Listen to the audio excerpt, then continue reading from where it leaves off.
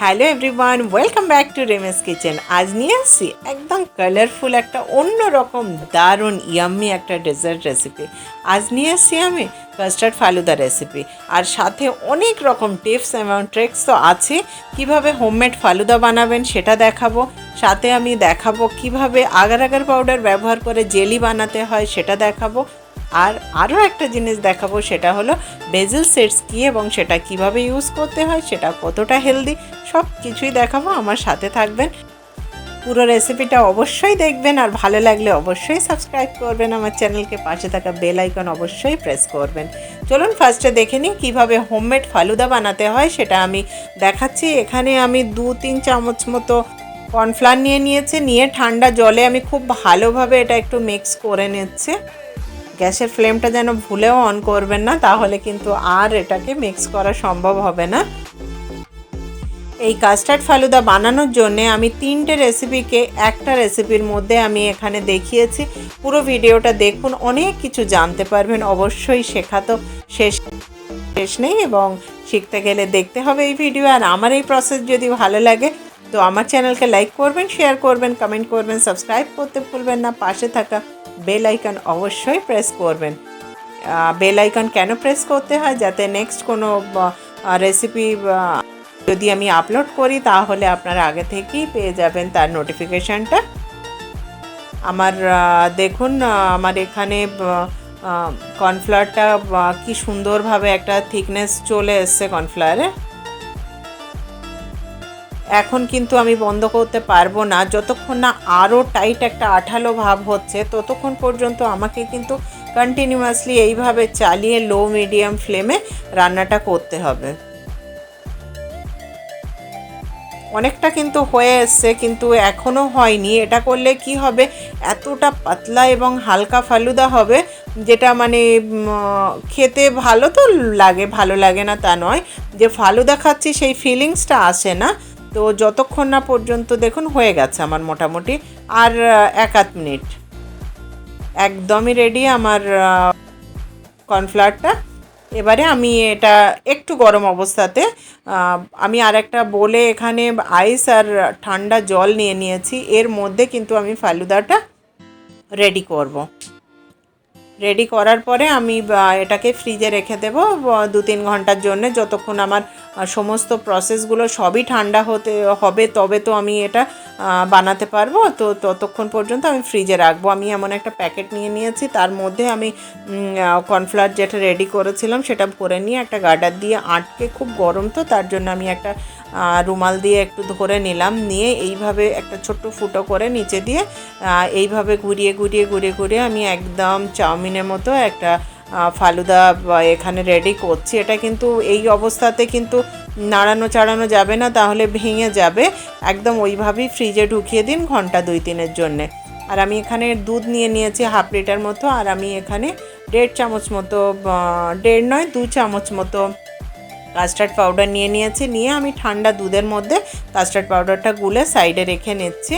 আর এদিকে আমি দুধটা রেডি করে নিচ্ছি। আমি দুধের মধ্যে আমি আন্দাজ মতো একটু চিনি দিয়ে দিলাম, দিয়ে খুব ভালোভাবে মিক্স করে দুধটাকে একটু ফুটিয়ে নিচ্ছি। তারপরে আমি যে দুধের মধ্যে কাস্টার্ড পাউডারটা গুলে রেখেছি সেটা আমি এখানে অ্যাড করব। আর কাস্টার্ড পাউডার দেওয়ার সময় কিন্তু গ্যাসের ফ্লেমটা অবশ্যই লো ফ্লেম রাখবেন, আর ননস্টপ এইভাবে নাড়াতে থাকবেন। কাস্টার্ড পাউডারটা কিন্তু যদি হাই ফ্লেমে এটা রেডি করেন কাস্টার্ডটা, তাহলে কি হবে, কাস্টার্ডের একটা গন্ধ থাকে, সেটা ভাল লাগবে না। আর যদি লো টু মিডিয়াম ফ্লেমে অনেকক্ষণ এইভাবে নাড়িয়ে ননস্টপ যদি কাস্টার্ডটা রেডি করতে পারেন, কিন্তু তার টেস্ট সম্পূর্ণ আলাদা হয়। আর যদি হাই ফ্লেমে করেন, বারবার বলছি, মুখে দানা দানা লাগবে, একটা গন্ধ থাকবে, একদম কাস্টার্ডটা ভালো লাগবে না। আমার কাস্টার্ডটা মোটামুটি একদমই রেডি হয়ে গেছে। আমি তুলে ফ্রিজে রেখে দিচ্ছি এবারে ঘন্টা 2-3-এর জন্যে। তো চলুন এবারে জেলিটা বানিয়ে ফেলি। 2টো স্টেপ কিন্তু আমার মোটামুটি হয়ে গেল। ওদিকে আমি কাস্টার্ড বানিয়ে ফেললাম, আর আমার ফালুদাও রেডি। তো এখানে জেলি বানানোর জন্য আমি একটু 1 চামচ মতো চিনি এখানে দিয়ে দিলাম। দিয়ে চিনিটা মেল্ট হয়ে গেলে আমি এখানে জেলিটিন পাউডার ব্যবহার করছি। জেলিটিন পাউডার বলুন, আগার পাউডার বলুন, সবই একই রকম। দেখুন এই পাউডারটা আমি এখানে ইউজ করছি, 1 চামচ আমি পাউডার ইউজ করব এখানে। করে পুরোটা মেল্ট হবে এবং বেশ একটু ঘন হয়ে আসবে, বোঝা যায় না ঘন ব্যাপারটা। আপনাকে বুঝতে হবে যে যদি আমি 1 কাপ জলের মধ্যে এটা করি, যতক্ষণ না হাফ কাপ ইয়া তার থেকেও কম হয়ে আসছে ততক্ষণ পর্যন্ত এটা অফ করা যাবে না। আর তার দিয়েও যদি বেশি ঘন করেন তাহলে কিন্তু খুব শক্ত হয়ে যায় জেলিটা, সেটার প্রয়োজন নেই। আমার আগার আগার পাউডারটা সম্পূর্ণ গলে গেছে এবং রেডি হয়ে গেছে। আমি 3টে বাটিতে 3টে ফুড কালার নিয়ে নিয়েছি এখানে, নিয়ে আমি 3টে বাটিতে দিয়ে দিচ্ছি। আমার 3 কালারের জেলি এখানে চাই, তার জন্য আমি 3টে কালার এখানে নিয়ে নিয়েছি। এখন প্রচণ্ড গরম, তো বাইরে রাখলে জমতে অনেক টাইম লাগে, এটা ফ্রিজে ঢুকিয়ে দেবেন, বেশ ঘন্টাখানিকের মধ্যে একদম সেট হয়ে যাবে পুরো জেলিটা।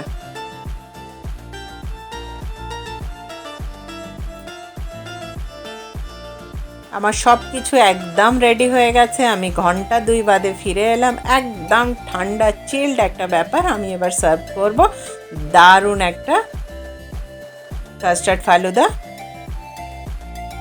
খুব দারুণ খেতে হয়, দারুণ খেতে হয়। আর এইভাবে যদি হোমমেড প্রসেসে বানান সব কিছু, তো রিয়েলি খুবই ভালো হয়। আর যদি জেলেটিন পাউডার না থাকে তাহলে এই সেম জিনিস কিন্তু আপনারা কর্নফ্লাওয়ার দিয়েও বানিয়ে নিতে পারেন, সেটাও কিন্তু খেতে খারাপ হয় না। তবে ওই যে বললাম, শক্ত করবেন না, সফট রাখলে কিন্তু এই সমস্ত জিনিসে জেলিটা খেতে খুব ভালো লাগে। দেখুন আমি কিন্তু শক্ত বানাইনি, মোটামুটি আর কি একটা সফট ভাব আছে এর মধ্যে। আমি জেলিগুলো সব কেটে নিয়েছি। আর সাইডে আমার বেজিল সিডসটা আছে, ওটা আমি ভিজিয়ে রেখেছিলাম ঘন্টা 2 আগে। সব কিছুই কিন্তু 2 ঘন্টা আগে আমি সব কিছু রেডি করে রেখেছি। বেজিল সিডস ফ্রিজে রাখতে হয় না, বাইরে রাখলেও সুন্দরভাবে ভিজে যায়। দেখুন একদম আমার কাস্টার্ডটা ঠান্ডা আর রেডি কাস্টার্ড। এবার চলুন পরিবেশন করি। যেমন কালারফুল তেমন খেতে সুন্দর হয়। অবশ্যই একবার বাড়িতে ট্রাই করবেন। আর এখন রমজান মাস চলছে, রমজান মাসে একদিন তো বানিয়ে ফেলতেই পারেন। এমনই একটা রেসিপি যেটা সবাইকে আকৃষ্ট করবে এবং সত্যি ভালো লাগবে। রোজার সময় বেশ কিছুটা রোজা হওয়ার পরে আমরা সত্যি ক্লান্ত হয়ে পড়ি, তো এই ধরনের যদি একটু নূতনত্ব খাবার যদি আমরা খেতে পারি তাহলে, এবং কালারফুল খাবার খেতে পারি, অবশ্যই সেটা হেলদি যদি হয় তাহলে তো কোনো কথাই নেই। তো অবশ্যই এই রমজানে একবার বানিয়ে ফেলবেন। আমি প্রথমে একটু কাস্টার্ড দিলাম, কাস্টার্ডের পর ফালুদা দিলাম, ফালুদার পরে আমি যে 3 কালারের জেলি রেডি করে রেখেছিলাম সেই জেলি দিয়ে দিচ্ছি 1 চামচ করে।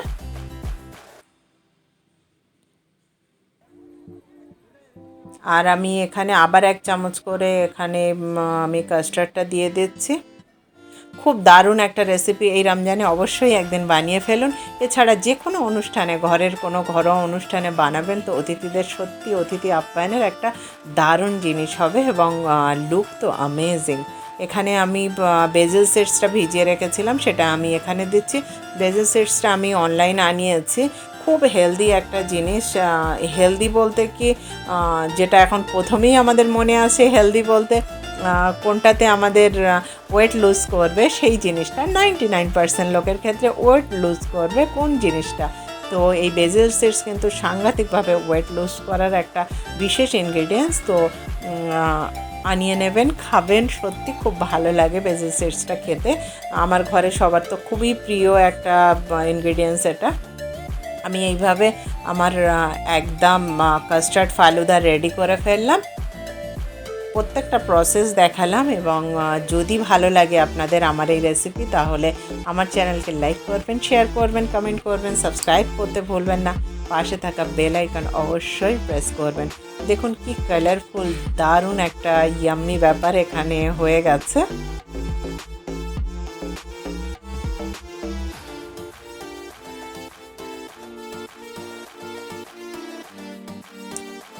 আর আমি এখানে কিছু ড্রাই ফ্রুটস, আমন্ড আর কিশমিশ একসঙ্গে, আমন্ড কিশমিশ পেস্তা আমি একসঙ্গে একটু গুঁড়ো করে রেখেছিলাম, সেটা এখানে দিয়ে দিলাম। আর আমি দিয়ে দিচ্ছি 2টো গ্লাসে আমি একটু হানি দিয়ে দিচ্ছি, মধু আপনারা এটা নাও দিতে পারেন, আমার খুব ভাল লাগে ব্যাপারটা তো আমি দিই। আর 2টোতে আমি রুয়াবজা দিয়ে দিচ্ছি। 2টো জিনিসই আমার খুব প্রিয়। সুইটটা কম খেলেও কি, যখন খাই তো জিভরেই খাই অবশ্যই।